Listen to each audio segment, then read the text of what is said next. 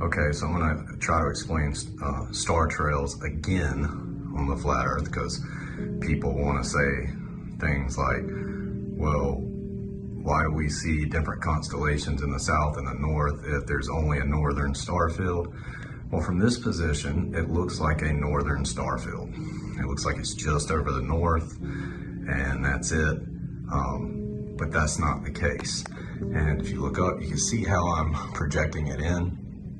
So I'm just projecting it onto the ceiling, and then the dome is showing it. And you can see the projector back there between the telescopes. So we have this super reflective ceiling above us, a superfluid layer and a dome. The dome is most likely crystalline of some sort. The superfluid ceiling acts like a two-way mirror, and that's what gives us this star trail phenomenon of the Arctic motion and the anti-Arctic motion of the luminaries. So again, you see, projecting it into the ceiling here, and the projector's down there. But when I come up from above and look down, you can clearly see that that same star field covers the entire realm. So it's not just a northern star field. And what you're seeing is at the equator, you get this converging and diverging zone of arc and anti-arc on either side of the equator. And that's caused by the super reflective mirror type dome and superfluid ceiling that is also acting as a two-way mirror. So it's because of that that we have the northern and southern star trails, and we have different stars in the north and in the south. However, we do see the same constellations in the north and south at times, depending on the time of year, like Orion, for example. So you're seeing clearly the star field covers the entire realm. It's projected in from the ceiling. You come back and you look at it from here, zoom back in, and you see it looks like a single star field.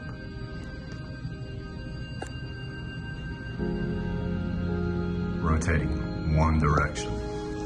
The interesting thing is when you come in, you get that anti-rotation effect.